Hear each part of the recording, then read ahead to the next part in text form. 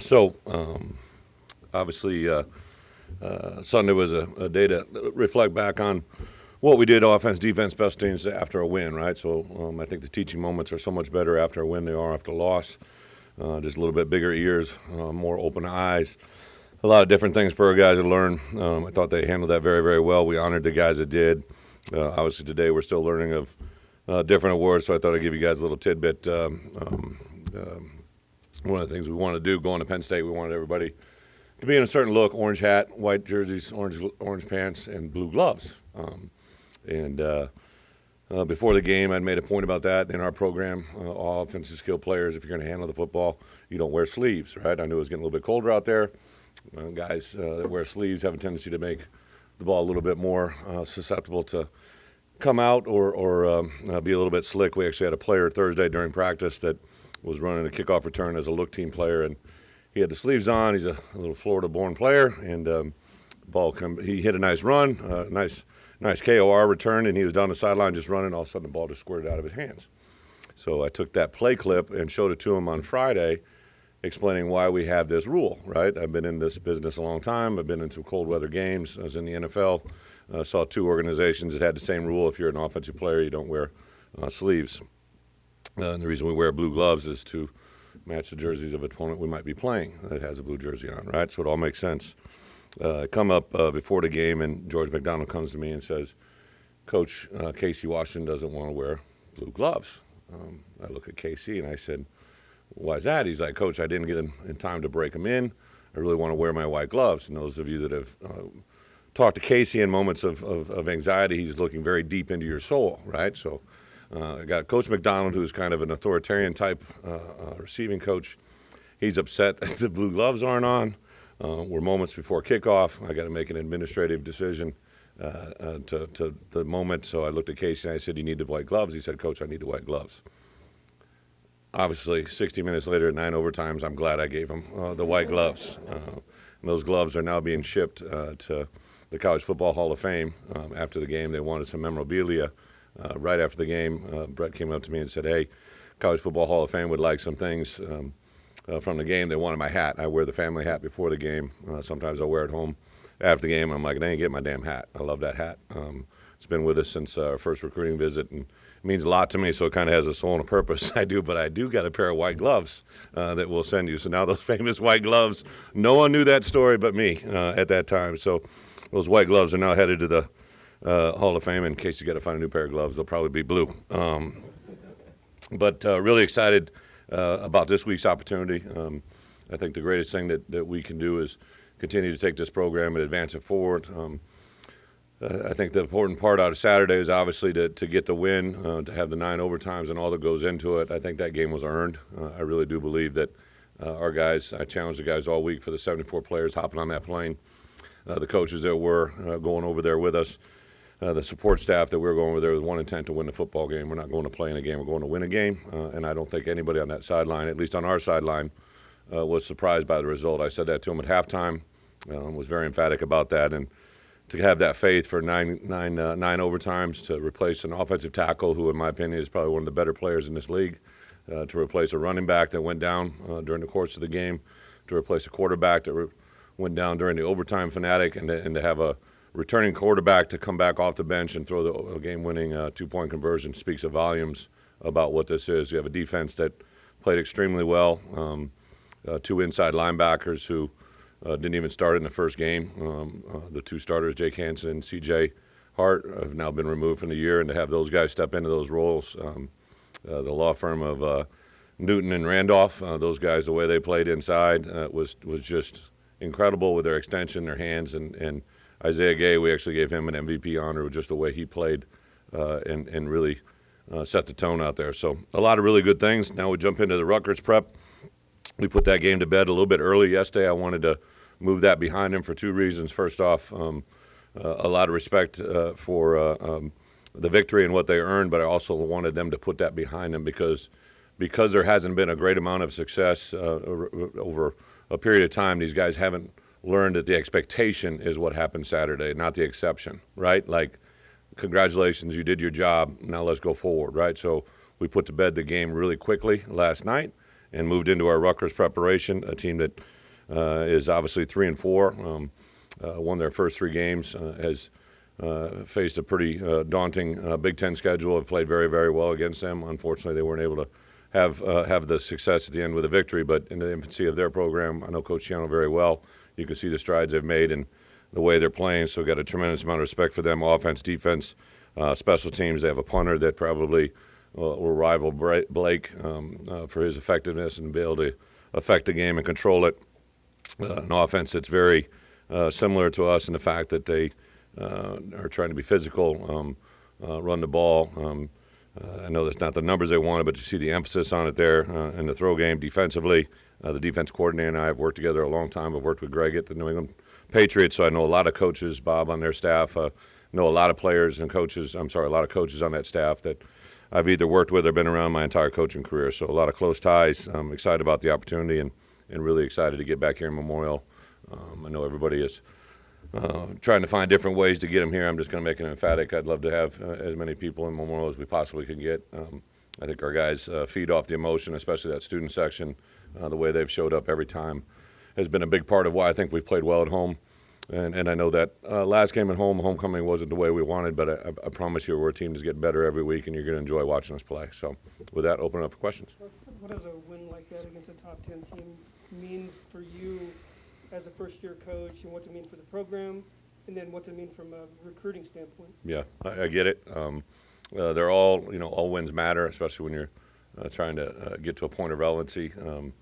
I do think that to be on the road to play against Penn State, I know how tough it is to win there. We talked all week about it really wasn't any team from our past or their past that was going to show up on Saturday. It was about the 11-on-11 at any given time. So it's all positive. And in today's world, right, if anything we learned coming out of this monumental press conference last Monday, right, perception is reality. And in today's world, I think you have to grasp anything that's a positive thing can be hugely beneficial for not just in your program with your players, but in recruiting. But I will tell you this, and I just had Taz and Spoon just came in my office. So 2 very entertaining, enlightening corners came in, and they just, Coach, we just want to see how you're doing, right? So they sat down, and I explained to them that although Saturday was a great thing for them, it was a great thing for our program, what I was happy for is, like, I haven't been able to meet Spoon's family. I haven't been able to meet Taz's family. But my guess is when they were able to call home to them, they were very excited. Like, as a father now, even though it's 2 small girls, one of the great things I have comfort in is when you can make them feel good with things that you can't buy for them, right? Things that you can provide for them. And when you can't, when they have to do it on their own, there's nothing more fulfilling than that moment. And I think that there was probably a lot of happy families with the way that the kids played and the outcome of that game more than anybody. And that's one part. That's one group that I was happy for. With all the scheming and with all the talk of the schemes and the things you did and the execution, what role did willpower and emotion have in that win? I get it. I understand the question. Like I told those guys, you're going to have an offensive plan, a defensive plan, and a special teams plan going to that bye week. I thought Wednesday during our bye week was probably one of the most intense, better practices we've ever had since I've been here. So I think they just keep chopping wood. They keep just doing the things that we've asked them to do. They're very, very engaged with their coaches, without a doubt across the board. Anytime we give position meeting time to our players and our coaches, it seems to be very beneficial, individual time. The game of emotion is also very, very big on game day, but it's more of a reflection that Saturday was what we see every day in this program. Yes. Okay. So a couple injury updates. Art, unfortunately, did break his arm. We'll actually have surgery, I think, tomorrow. I'm sorry, today's Monday. Wednesday, he'll have that, so he'll be done for the year in that regards. But something that'll be even come to a shock to probably about 99% of our team. Asked Art to share this. So when Art first got here, as he began to go through things, you began to see that maybe he wasn't throwing the ball as effectively as he maybe thought he was at one point and did. And so it was brought to our attention that he was in need of a shoulder surgery at some point. He rehabbed it, did everything he possibly could do to get to the beginning of the season, but we knew at some point he was going to have to undergo surgery. It would take about a 6 to 7 month recovery process. It was an injury that he sustained before he ever came here. And just give a tremendous. I can't tell you how proud I am of that kid. What he did to come in the way he did in Nebraska, to come in and do what he did and propelled us to wins, and obviously all the way down to that final play the other day, knowing that he isn't, whatever percentage it is, it's not anywhere close to 100%. So the struggle that I had, that we sat down during the first bye week, was, when do we have this procedure? When do we get this done, right? And knowing that it was going to be a 6 month, 6 to 8 month procedure. When do we do this that lets him maximize his opportunity this season, but also gets him ready for next season? And so he and I had kind of come to the conclusion we would make a discussion during the first bye week, which we got through. We were going to wait until the second bye week, and then ultimately make a decision, if we didn't do it during the second bye week, if we would do it, first or second, 1 or 2 weeks remaining in the season, just so we could maximize his recovery time. So sometimes blessings come in the most unusual ways, but now with this surgery getting done on his left hand, as soon as that gets healed up enough, hopefully in about 2 to 4 weeks, then he'll have surgery on his right shoulder.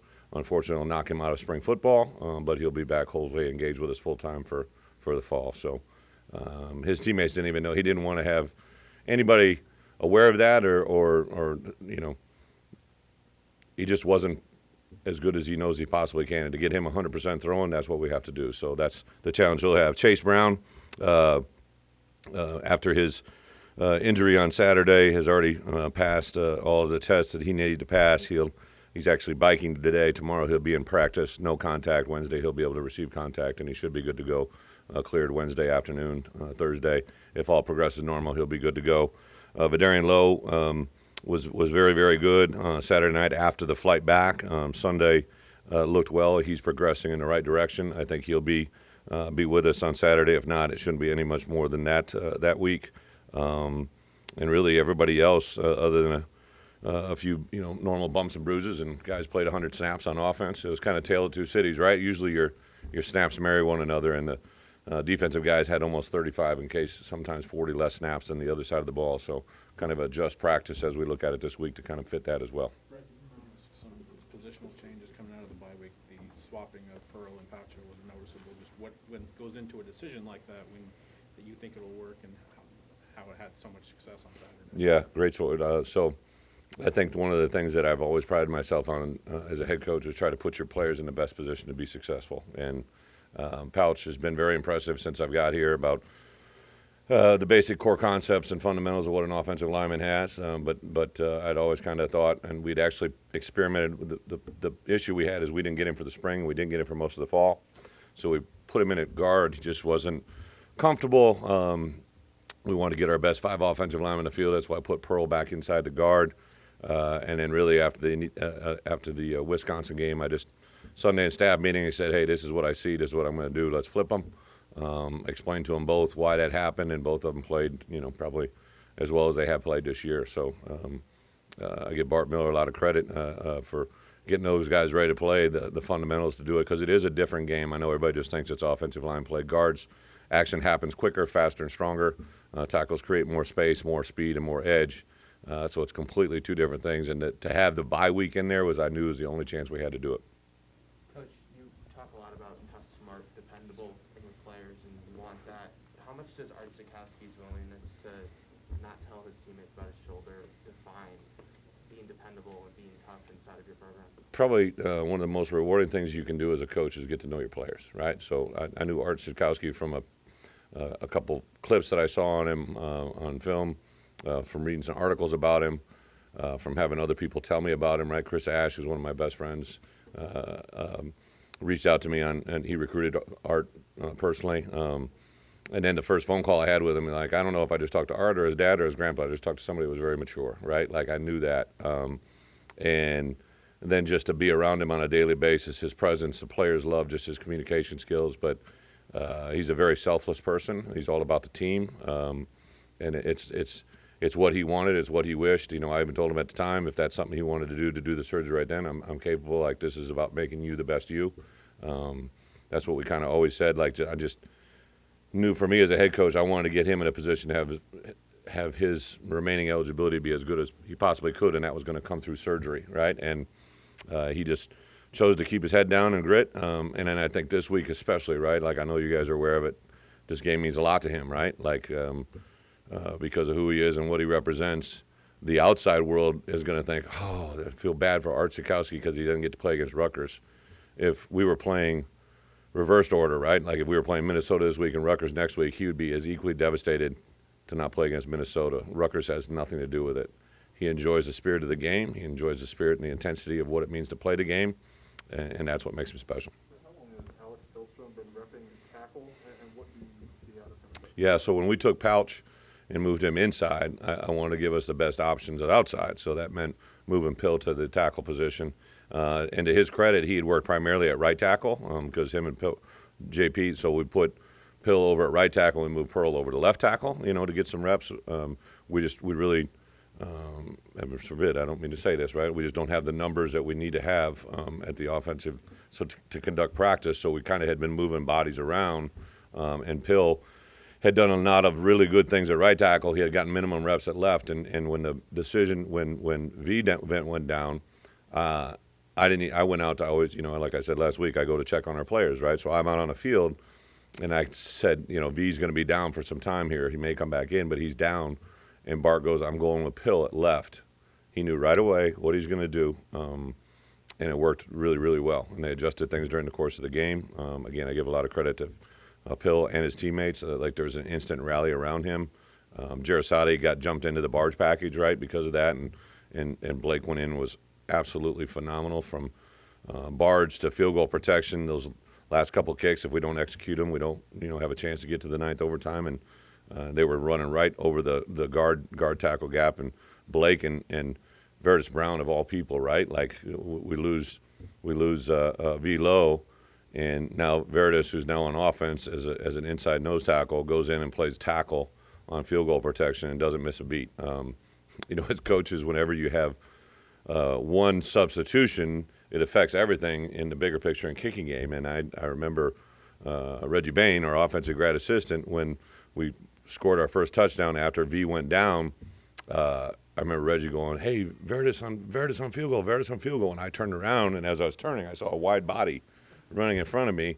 I didn't have to say anything, and he was already running out there. Like he was wired into that. Like, and that's what we talk about all the time. That's probably why when we were flying out on Friday, I told our players, when we have success tomorrow, don't be shocked, right? And I've said that to a couple times this year because I could see and feel and understand what was happening in our building, and the result was what you saw on Saturday. Right, in 2021, to be running 9 people on the line of scrimmage Yeah. is very different. What is the impetus behind that? And what can it be moving forward for you guys? Like how big of a part of it can you Yeah, so that formation is something I've used in the past at different spots I've been to. During the bye week, I just felt there were some things we needed to do to maximize our personnel, kind of what we do best, and that's why we went to it. And you know, it's something to get 7 linemen on the field. It gives our chance for some of our wideouts to get a breather. I think it's you know, a unique aspect because defensively it puts you in a decision if you want to sub people or how you want to play it. I knew in this first game there'd be a certain like I kept saying, like, listen, you don't know how they're going to line up. I don't know how they're going to. They don't know how they're going to line up because they haven't seen it, right? So there's that element to it, but I think it just gives a demeanor to our guys. You can see it make. If you read our guys in the media, right, like they're definitely loving the comments, and I think that's the part as a head coach I'm always trying to engage. Just like this week, you know, you try to engage, you know, a guy like Carlos Sandy, who's just kind of continued to jump out to me, like any way we can engage him. Isaiah Williams, the more he touches the ball, the better we're going to be. You know, Casey Washington to come up with that catch. I love to show social media clips, or Pat Pearson takes pictures all day long, and so that week I'd shown a picture of Miles Scott making a catch at practice, and if this is the ball, he's like literally got his triangle going. He's catching the ball with his eyes just as much as he is with his hands, and Miles has been one of the most productive players in our practices. And I showed that clip, and all the guys in the meeting were like, oh. And I'm like, is there any doubt that you see what I see? Because practice habits become game day reality, and that's kind of the morphosis of what you're saying of that formation. I saw a lot of offensive linemen trying to get on the field, and it gave them an opportunity to do that, and hopefully continues to work. How much does identity matter, and how much does that help build that? Because it feels like you guys running the football, defense has been sound. Feels like you've built that the last 5 weeks. Yeah. Even if wins haven't come. I did stress, so it may sound silly to you guys, right? But like when we do team meals, and we travel on Friday and Saturdays, we'll always say a prayer. So Isaiah Williams will give a blessing, or Coach Henry will give a blessing, and then they all sit down. And then because I don't want to have 100 or 75 people rush the chow line, I excuse them by groups, right? So everybody's always really, so if Isaiah does really well at his prayer, which you usually do, I'd say, hey, wide receivers get to go eat, right? But I mean, they're the littlest people in the room. They're probably the least hungry. So like on Friday night at our team meal, I specifically remember saying O-line, D-line first, and everybody kind of laughed, and they all got up. I said, the game's going to be one up front. That's what I said Friday night pregame meal, because I just knew that that's the way the game was going to play. And the kickers and specialists ate last. But they probably should have ate about halfway through because they were a big part of the game. But that's the kind of stuff that identity does matter. Back to Brandon, the quarterback, shuffle back then. Is there anything more or different you need from him? I was glad that BP got in and threw that, game-winning strike, right? I mean, it was a nice throw. Actually, the two before that, he threw one in there tight to Luke. Didn't get in there, but it was a hell of a throw. So I think that Ryan Johnson's got a lot of reps. Isaiah Williams, Deuce Span. Like there's been a lot of guys that have played quarterback in our system. Matt Robinson. So I think the more you have at that position, the better you are. And I think each one of them carries a little bit different brand of football. Especially Deuce. He's been playing a little bit of wide receiver for us, but I like what he brings in the game. And anything that we can do to continue to build that position, the better we'll be. Is there any thought for like an emergency situation to get an Isaiah, or do you practice snaps at quarterback, or is that? Not so much. I think Isaiah, obviously, the growth he's had at wide receiver, he's really 7 games into, 8 games now, right, into a wide receiver career that's been going really well. It's kind of like it's the same philosophy when V went down. When we lost V, if I would have moved Pearl over, you're moving 2 guys to satisfy one deficiency, right? So I think in the quarterback room, you like BP, you like Matt, you like RJ. I get the question on those other people, but just the fact that for us to consistently build offensively what we're building to, what we're recruiting to, what we're developing to, that's important. What did Brandon face coming in kind of cold? Yeah. What, 7 overtimes? Yeah. And then to make the game. Great question. And I think, really because the way, like I've gotten that question a lot about the overtimes, the way that the game laid out when he got hurt, obviously Art was down for a while, right? Because they were getting the air cast over there and had a lot of, BP immediately radioed over, hey, get BP rolling. Let's get him taking snaps. Let's get him throwing, because he had been sitting there throughout the game. But he's also played a lot of football too. So sometimes to knock when you've been there, done that, it doesn't take a while to get your juices going, your motor going.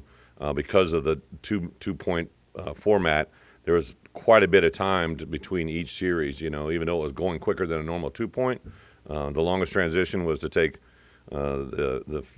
when we had the choice in field location, I was going down to away from the students. When they wanted, they were going to the students, right? And in my larger status right now, it takes me a while to get from one end to the other, right? So I think that would be the only modification I would take in the 2-point or in the overtime, was we should probably just stay on one end that we all mutually agree to. But I think that he was able to convert quickly. He was able to process the moment, and he understood all of those plays really before they were run. Like he'd kind of literally already run those either in a game or in a practice situation. We saw Sydney with the club on his hand. Is that a long-term thing he'll be dealing with? Yeah, I think 4 weeks. Sid's setting a record for games played in the club. In fall camp, he got hit just on, it was the other hand, I guess. But yeah, it's a non-surgical issue. He had a little bit of freedom. They're trying to shimmy it down just a little bit. But I know he had to go full club for this game. I think the club might get less as he goes on, but it really didn't have a factor in his play. But yeah, it's something that's non-surgical. Practice injury? No, he had actually done it at the end of Wisconsin. I don't think he actually practiced during Wisconsin or during the bye week because he was dealing with that. You hinted at it, but you like the format? I did like the format. Yeah, I've had a lot of people ask. I thought it was no, we won, so obviously I like it, right? But like, I saw a shot on Saturday night. I was sitting there, my wife and I, and they put up the 6 longest overtime games in college football history, and I've been a part of 3 of them. We had a long one against Auburn, we had a long one against Ole Miss, and then obviously this one was the longest. I've won all 3. I'm going to make that little asterisk as well. Unfortunately, we've got a lot of experience at it, and we've done fairly well. I know we talk a lot about your history finding Josh McCray and that recruiting process, Mhm. but for a freshman to come in and do what he did at Penn State and then at Purdue, is that something you saw film like, hey, this kid might be that freshman for me, or is the timeline accelerated? I guess just what you expected to where he's at? Yeah, well, it was easy when you watch film on Josh. Like, he runs angry, right? Like, he's not an angry person when you meet him. He's like a very nice demeanor, but the kids call it the shoulder roll. Like, I didn't know what was going on, but like when he gets juiced, he starts rolling the shoulders a little bit. So the shoulder roll, anytime you see that happening, it's usually a good sign. That's when he's really gassed, ready to rock and roll. I think our kids feed off him. They know what he's doing. Chase is kind of a different style of runner, like that first play, that first bars play, it was almost a home run hit, because he can take it through, he can break some arm tackles. But Chase is kind of a quiet demeanor, except for one play against Virginia. But other than that, he's usually a pretty reserved, good demeanor. So I think those two both are quiet kids individually, 2 totally different personalities that come out on the football field. Something you're getting at a tip at tight end that's unique that the rest of those guys just don't have that you're able to do, especially when you want to get physical. Luke and DJ are kind of contrast. They're yin and yang at tight end, right? But Luke is kind of a blend of both. I think Luke is very dependable, reliable. He can play all 3 positions, as well as, Marquez. We actually started running 21 formations where he was at fullback. So Luke's kind of the backup at that role, as well as Kanena Udalaga played at that position as well. So was one of the position switches we made. We didn't play Kanena on Saturday because he's got 3 games under his belt. We want to make sure that the 4th one is the right one. Not sure if we want to quite burn a year yet, kind of see how he's handled it, but he's transitioned to fullback very well. So Tip kind of just is a jack of all trades, and extremely. There's a play early on where 17 is a really good player from Penn State, and he bucket stepped and got him turned and got him wedged out, and it was a big run inside, and that doesn't just happen. Like, I give Coach Miller a lot of credit, Ben Miller, for getting him ready to play. Coach, Yes, please. Coach, what was it like to get the reception at the basketball game Saturday night? Both receptions are awesome. Our families actually met us out at the airport, and I've never had that before.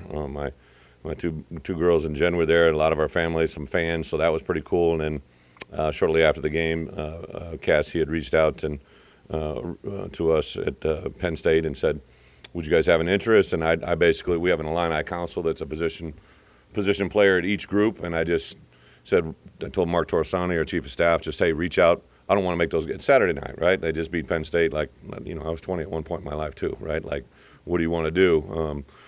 So Mark set out the question to the Illini Council, and literally my phone just started blowing up. Like, Coach, love to do it, want to do it, want to do it, want to do it. And it kind of just timed out perfect. I give a lot of credit to Cassie and her staff and the basketball and Brad to let that happen. It was an awesome moment for us. I know the players really enjoyed it, and just to interact with the fans. Like I've said all along, like the part that I really enjoyed in this partnership when I came with Josh was like to build a sustainable, successful program for a long time. And every place I've ever been, the men's basketball and football have been a staple of those programs that build success for a long time. So obviously Brad and his crew have done it to the highest level and look to be on stage to do it again. So the more we can join partnership with them, I think it's good for everybody, fans included. What did your daughters think of it? Thought it was, my oldest one has sensitive ears. I don't know what's with that child. She just constantly covers her ears. She doesn't like loud noise. She didn't like the loud noise on the plane. And then I was holding her, and she was high-fiving guys in the hallway, but then she thought it was too loud. But then my youngest one, she thinks she's like a president-elect. She's given the one-hand wave at 2 years old. So it's kind of, as we all know, right, they're both always uniquely different. Thank you.